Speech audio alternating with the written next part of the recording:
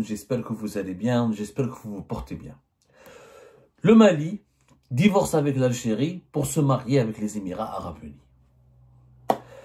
Notre voisin le Mali, notre voisin historique, notre frère, notre allié de toujours, celui qui était notre allié de toujours, le pays avec lequel on partage pratiquement 1000 km, voire plus de frontières, a décidé de se rapprocher des Émirats Arabes Unis, l'adversaire numéro géopolitique, le pays qui était aussi un ami à l'Algérie et un bon ami à l'Algérie, un bon allié à l'Algérie, qui est devenu un adversaire redoutable à l'Algérie depuis 2021-2022.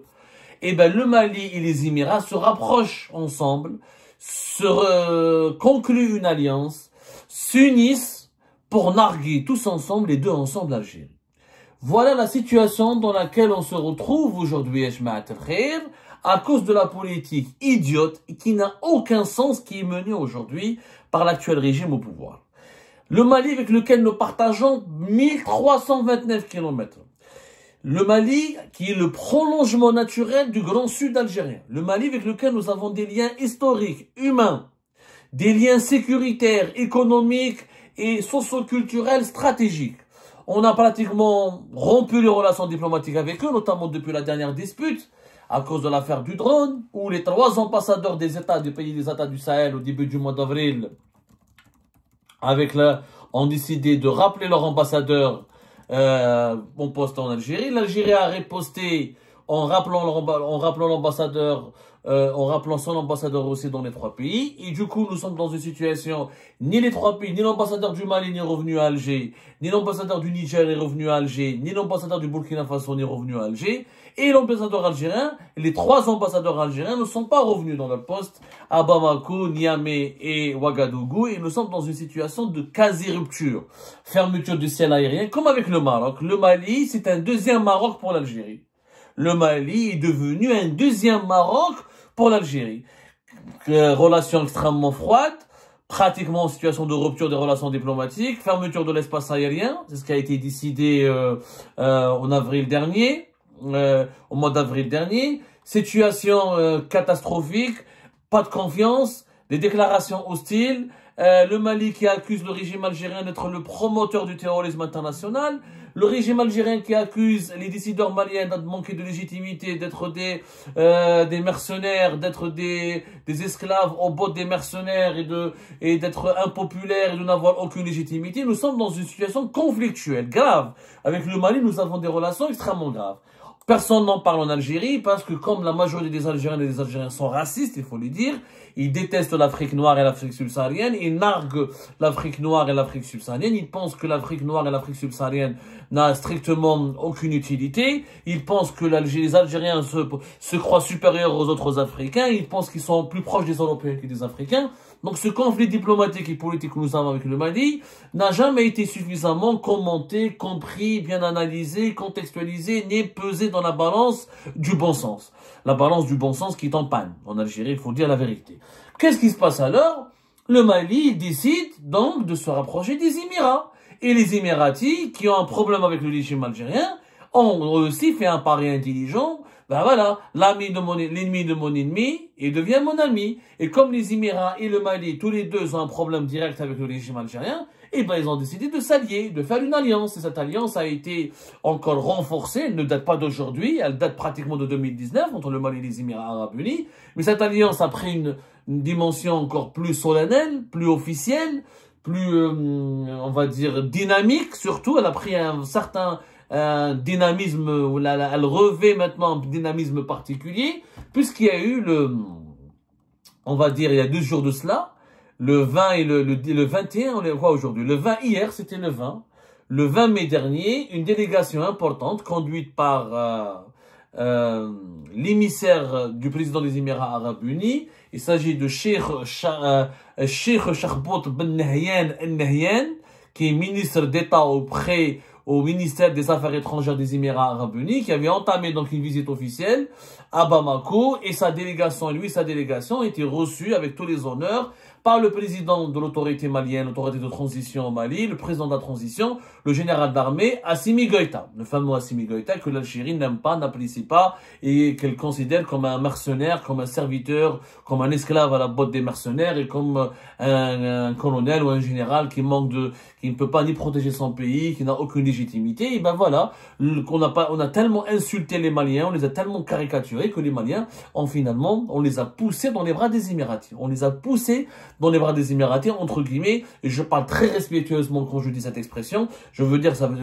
qu'on a incité les Maliens à aller chercher de l'amitié, de l'alliance, de la stratégie, du partenariat stratégique du côté des Émirats arabes unis. Les médias maliens, la télévision malienne ont diffusé des images très éloquentes du climat très détendu, très jovial, très fraternel, très cordial qui a caractérisé la réception organisée par Assimi Goïta, le président de l'autorité de transition, ou le président de la transition, voilà, l'autorité de transition au Mali, qui a donc déroulé le tapis rouge au ministre, voilà, délégation des Émirats arabes unis conduite par Cheikh Charbot Ben Nahyan, Ben Moubarak Nahyan, son nom complet, Cheikh Charbot Ben Nahyan, Ben Moubarak Nahyan, qui a le rang de ministre d'État auprès du ministre des Affaires étrangères des Émirats arabes unis. La rencontre donc s'était déroulée en présence du ministre des Affaires étrangères de la République du Mali, Abdoulaye Diop, et de l'ambassadrice du Mali aux Émirats arabes unis, Madame Diminato Sangare.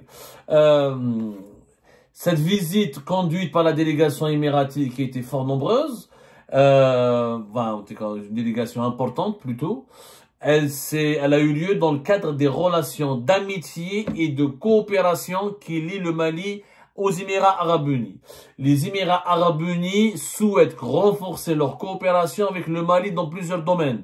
C'est ce que notent les autorités maliennes et les autorités émiraties dans des communications, dans des déclarations transmises et diffusées par la presse émiratie officielle et la presse officielle malienne. Dans le domaine de la sécurité, l'agriculture, le développement industriel et l'économie. Le Mali entretient des bonnes relations d'amitié et de coopération avec les Émirats arabes unis et notamment des alliances et des relations amicales au sein de plusieurs organisations internationales comme l'Organisation de la coopération islamique et d'autres organismes internationaux. Le Mali et les Émirats ont décidé donc de signer plusieurs accords de coopération dans le domaine de la sécurité, dans le domaine de l'énergie, dans le domaine des transports, dans le domaine de la construction des logements. Dans le domaine, cette visite témoigne de la volonté commune du Mali et des Émirats arabes unis de bâtir un partenariat durable basé sur la confiance mutuelle, le respect réciproque et la convergence d'intérêts stratégiques. Le partenariat durable basé sur la confiance mutuelle, le respect réciproque et la convergence d'intérêts stratégiques. Ça, c'est un document qui a été diffusé par les autorités maliennes à la suite ou à la fin de la visite de la délégation émiratie. C'est un document qui explique tout ce qui explique les discussions qui ont eu lieu entre les deux délégats, entre Assimi Goïta, le président malien, et la délégation émiratie. Les discussions ont porté sur la perspective d'une collaboration accrue dans des secteurs tels que la sécurité, l'agriculture, le développement industriel et économique. Ça a été extrêmement positif pour les deux pays. Les images diffusées par la télévision malienne notamment dévoilent un président malien extrêmement content et heureux de rencontrer et d'accueillir ses hôtes émiratis. Et quand on planche, quand on s'intéresse, comment dirais-je, quand on s'intéresse aux chiffres, quand on voit comment les deux relations, comment les Émirats sont fortement, de plus en plus présents au Mali, ça nous interpelle. Nous, en tant qu'Algériens, ça doit nous interpeller. Alors, prenons les chiffres. Les échanges économiques entre les deux pays ont dépassé les 4 milliards de dollars. Je dis bien les 4 milliards de dollars. Le Mali exporte plus de pratiquement, les exportations maliennes Non, ça dépasse les échanges économiques entre le Mali et les Émirats ont dépassé, pardonnez-moi, la barre des 5 milliards de dollars. Les exportations maliennes depuis 2023 vers les Émirats Arabes Unis ont atteint 4,8 milliards de dollars. Le Mali exporte beaucoup de quantités, pratiquement une bonne quantité de son or. Le Mali, c'est l'un des 4 ou 5 plus importants producteurs de l'or sur le continent africain, avec le Ghana notamment et d'autres pays. 99% des exportations maliennes vers les Émirats Arabes Unis, c'est de l'or raffiné. Donc c'est de l'or. Les exportations émiratives vers le Mali se sont élevées à 190 millions de dollars, composés essentiellement de pétrole raffiné, d'équipements industriels et de véhicules. Et depuis 2019, il y a des accords stratégiques entre les deux pays. Par exemple, il y a un protocole sur le plan sécuritaire, un protocole qui a été signé en 2019, qui a permis au Mali de recevoir de la part des Émirats 30 véhicules blindés. 30 véhicules blindés et d'autres armements au profit de l'armée malienne. Les Émirats ont décidé aussi de s'engager dans la formation technique et dans la livraison logistique au profit des militaires maliens. Des militaires maliens qui sont formés maintenant aux Émirats ou formés par les Émiratis. La rencontre qui a eu lieu donc hier le 20 mai a permis aux autorités émiraties, aux autorités maliennes d'élargir et de consolider leur coopération militaire. C'est-à-dire que les Émiratis vont fournir encore davantage d'armes aux Maliens, ils vont s'engager davantage dans les financements de la formation des militaires maliens. Les Émiratis aussi sont présents énormément dans le domaine économique, parce que les Émirats, quand ils se rapprochent des pays, ils sont intelligents, ils ne parlent pas uniquement de lutte contre le terrorisme, de politique, etc. Ce qui les intéresse aussi, c'est énormément l'économie. Alors, les Émirats, au lieu de la sécurité, ils ont des accords de coopération. Ils ont fait des accords de coopération avec le Mali concernant l'aviation, concernant la protection civile, concernant le développement des projets, financement des projets de logements sociaux. Il y a eu l'établissement d'une commission mixte de coopération et dans le domaine de la promotion réciproque des investissements. Il y a eu aussi une convention entre les deux pays dans le cadre de la lutte contre le trafic de drogue et la criminalité internationale. Il y a eu aussi la réalisation et des investissements dans le domaine de l'énergie. Le Mali a profité des investissements émiratis pour développer l'énergie solaire. Il faut savoir que le plus important investissement dans l'énergie solaire au Mali, ce sont les Émiratis à travers la centrale solaire de Touna, qui est un projet qualifié par les Maliens et par les observateurs maliens comme un projet énergétique majeur pour sécuriser l'approvisionnement énergétique de plusieurs régions maliennes. Et les Émirats veulent investir encore plus dans le domaine de l'énergie, des énergies renouvelables et dans le domaine de l'énergie tout court. Donc, il y a un rapprochement extrêmement important. Les Maliens ont compris qu'avec les Émiratis, ils ont beaucoup à gagner. Donc, ils ont déroulé le tapis rouge, ils ont ouvert le pays aux Émiratis et les Émiratis sont en train de renforcer leur implantation au Mali et leur présence au Mali au détriment de qui? Au détriment des intérêts algériens. Ce que les Émiratis font au Mali, les Algériens auraient pu le faire. On a laissé un grand pays africain qui est un voisin. Le Mali, c'est un grand pays africain de par son histoire, de par son emplacement stratégique, de par de par ses potentialités dans le domaine des mines, notamment dans le domaine de l'or, etc., dans les énergies renouvelables, l'élevage, l'agriculture, etc. Tout ce que font les Émiratis actuellement, l'Algérie aurait pu le faire.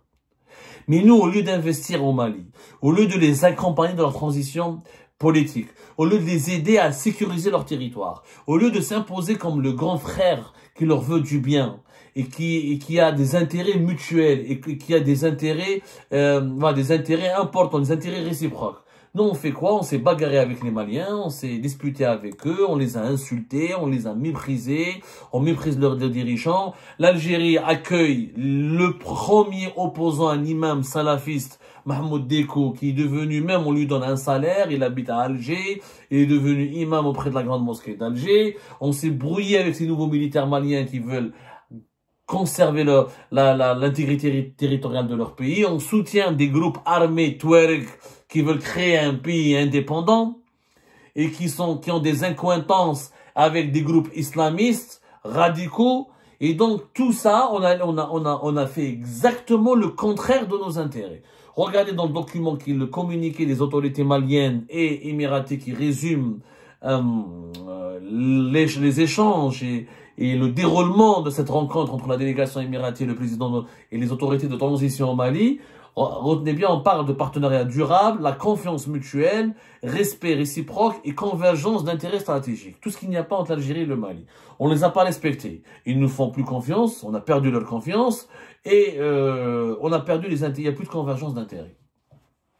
Quand tu accueilles, quand tu veux, tu assumes ta proximité avec des groupes armés indépendantistes, qui ont encore une fois, les groupes armés indépendantistes, ils ont des connexions avec les réseaux terroristes djihadistes. Et quand tu accueilles sur ton propre territoire le principal opposant à ce gouvernement de transition qui est un imam salafiste, un religieux dangereux, qui a lui-même beaucoup de connexions avec des groupes armés islamistes terroristes au nord du Mali. Et comment voulez-vous que les Maliens nous fassent confiance? Comment voulez-vous que les nouveaux dirigeants maliens nous respectent? Et comment voulez-vous, quand on perd le respect d'un voisin et d'un pays ami, il devient quoi? Il se rapproche de qui? Il se rapproche de nos ennemis ou de nos adversaires. Parce que les Émirats aussi ne sont pas censés être nos ennemis. Mais comme on les a insultés, on les a diabolisés, on les a accusés de tous les maux de la terre, on les a traités de pays artificiels, sans souveraineté, sans racines, et ben les Émiratis vont nous renvoyer l'ascenseur, ils ripostent, mais ils ripostent plus intelligemment. Au lieu de nous insulter, de nous mépriser, eux ils font quoi? Ils viennent investir et se rapprocher avec nos voisins avec lesquels nous avons des problèmes. Qui sont qui? Qui sont les Maliens. Donc ils investissent au Mali, ils renforcent la coopération militaire au Mali. Les militaires maliens qui avaient l'habitude de se former en Algérie depuis des décennies, depuis pratiquement l'indépendance des deux pays, maintenant ils préfèrent aller se former au Maroc ou aux Émirats. Vous imaginez comment on a été éjecté? En fait, il nous est arrivé ce qui est arrivé à la France au Sahel.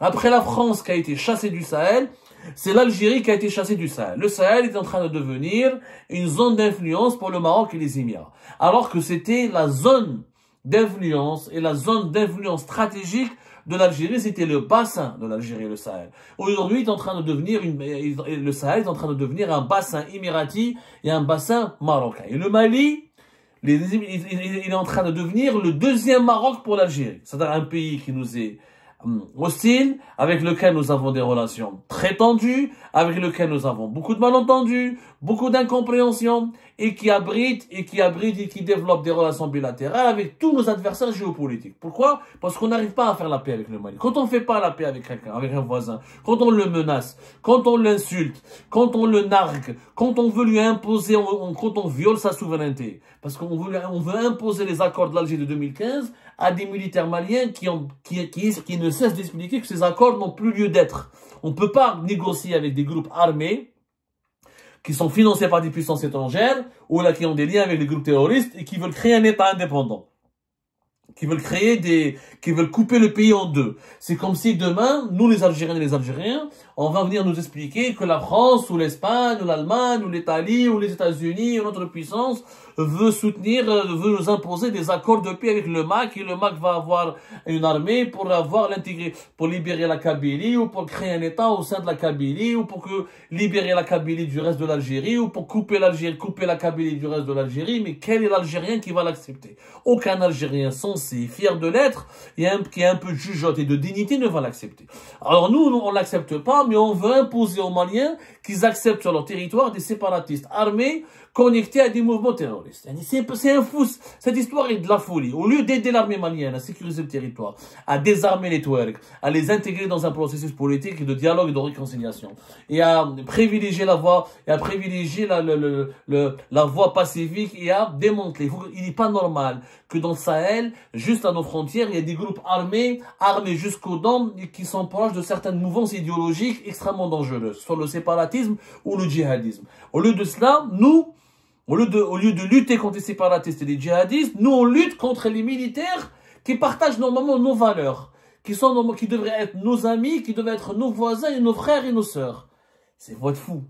La politique de l'Algérie dans le Sahel, elle est une catastrophe. Elle est en train de creuser notre tombe. Et on est en train de on a été éjecté maintenant. Maintenant, les Émirats et le Maroc vont transformer le Sahel en une arrière-cour où ils pourront tisser des alliances et où nos intérêts vont énormément reculer. les pays du Sahel vont privilégier les entreprises marocaines, vont privilégier les capitaux émiratis, vont privilégier les intérêts politiques émiratis, les intérêts politiques marocains, et nous on sortira hors jeu. On a kharjin hors jeu. Hors jeu. Pourquoi? Tout ça parce que nous avons actuellement des décideurs qui ont décidé, je sais pas, de prendre de soutenir plutôt des mouvements indépendantistes, radicaux et proches des terroristes. Je ne comprends pas. Je ne comprends pas. Le Mali, je vous préviens, je vous préviens dès maintenant, est en train de devenir le deuxième Maroc pour l'Algérie.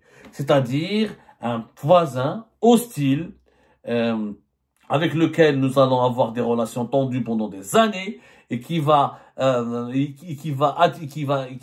construire toutes ces alliances avec uniquement nos adversaires géostratégiques et géopolitiques. Et ça sera le deuxième pôle d'hostilité à l'égard de l'Algérie après le Maroc. C'est dangereux, c'est extrêmement préjudiciable pour les intérêts de l'Algérie, pour son avenir, pour sa sécurité et pour sa stabilité.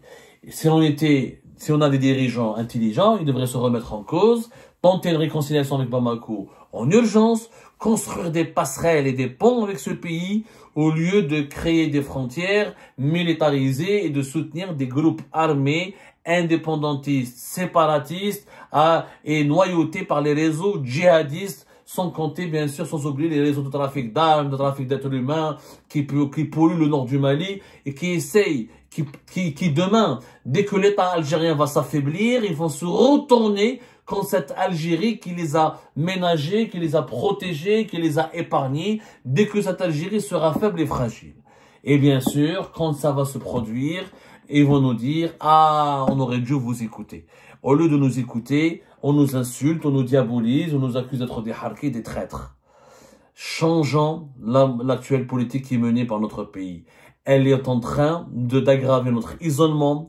On se fait éjecter du Sahel. Le Sahel, c'est plus important que le Maghreb. C'est l'avenir de la croissance mondiale. C'est l'avenir de la sécurité mondiale. C'est la zone géographique dans laquelle, qui va abriter les rapports de force. Une grande partie des rapports de force qui sont en cours pour la construction d'un nouvel ordre mondial.